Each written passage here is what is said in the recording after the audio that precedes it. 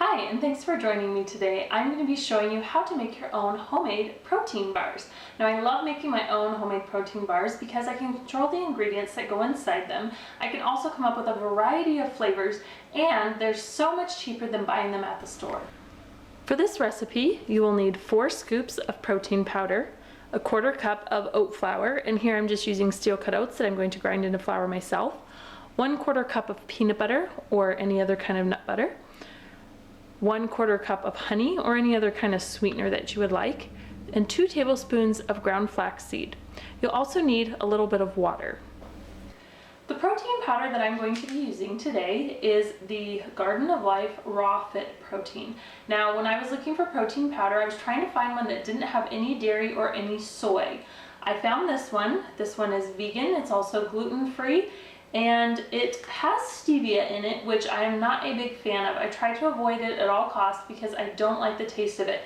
This is unflavored protein powder, and it does have stevia, but I can't taste it very much. Now, I have gotten the vanilla flavor of this particular brand, and all I could taste was the stevia. So I find that the unflavored protein powder in the Garden of Life Raw Fit doesn't have quite as strong as of a stevia flavor as some of the other ones. So that is the one I like to use. Now, I get this off of Amazon, and I get it through the Subscribe and Save. It's a lot cheaper that way, and so that's how I get my protein powder.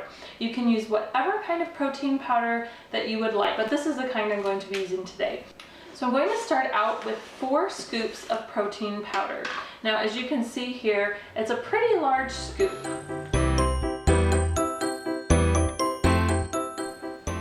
I've got my oats and flaxseed, and I'm just going to grind them up in my coffee grinder. Now, if you already have oat flour that's ground or flaxseed that's ground, you can just go ahead and skip this step. You can also do this in your food processor or your blender.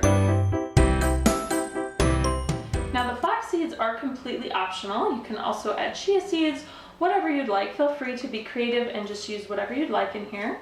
I find that I like the flax seed in there. You can add as much or as little as you would like. Next, I'm going to add my nut butter, and I'm just using peanut butter, but again, you can use whatever kind of nut butter that you would like. I'm also going to add my sweetener. I'm using honey. The original recipe, which I'll link in the description box, used 1/2 cup of honey, but since my protein powder does have a little bit of sweetener in it in the form of stevia, I don't need to add quite as much honey. You can add whatever kind of sweetener that you would like. So next, I'm going to add some of my add-ins to make this the flavor that I would like. Now, I'm going for an oatmeal raisin cookie flavor here. You can add cocoa powder, you can add chocolate chips, you can add any kind of fruit, nuts, whatever you'd like. Now, since my protein powder is unflavored and it is not vanilla, I'm just going to go ahead and add a little splash of vanilla, probably maybe about 1/2 teaspoon or so. I'm also going to add some cinnamon, probably, I never really measure when I make it, so probably I'm going to do about 1.5 teaspoons or so. I'm going to add about 1/2 cup of raisins. And you can totally do this to suit your taste.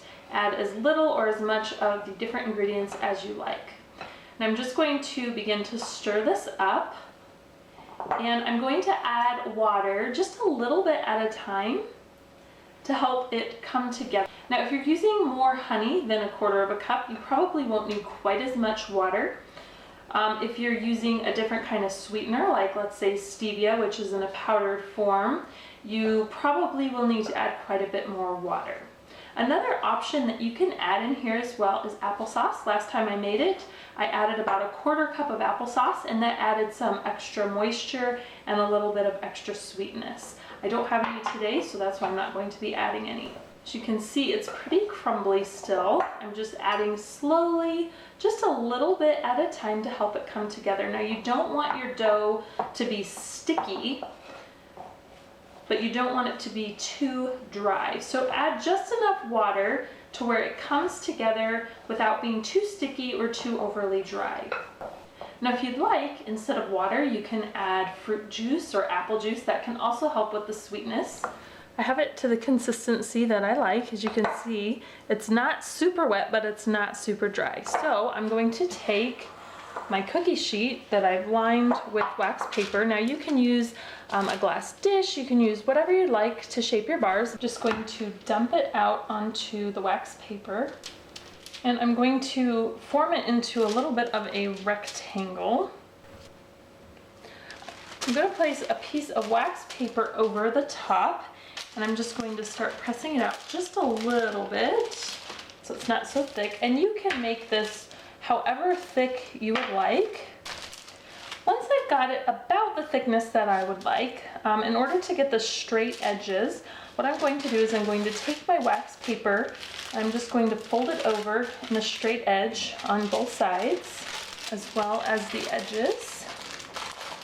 I'm going to place a piece of wax paper over the top of that.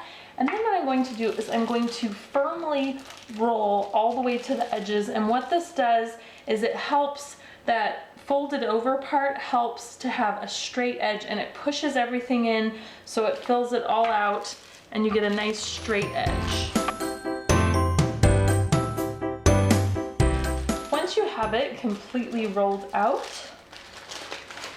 you can open it back up and you can see it's a little wider at this end, but that's okay. The edges are pretty nice, as well as the corner.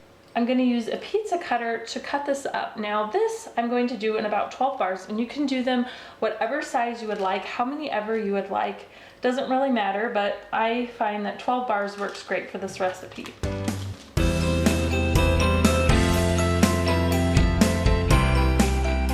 So I'm going to cover this just with some plastic wrap. I'm going to stick this in the freezer for about half an hour or so until the bars are firm and I can take them off here without them breaking or bending. These have been in the freezer for about an hour. So I'm just going to store them here in this container. You can put them in a Ziploc bag, container, whatever you'd like. I'm just going to place a piece of wax paper between the two layers so they don't stick and freeze to each other.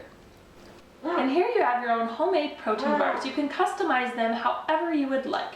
Now the nutritional value for the exact way that I made these comes out to be per bar 145 calories and 11.5 grams of protein per bar. I think that's pretty good. Now if you are watching your calories, you may want to cut out the raisins because that adds quite a bit. Also the honey can add quite a bit of calories, so if you're really trying to watch it, you can use a lower calorie sweetener or a 0 calorie sweetener, so just keep that in mind.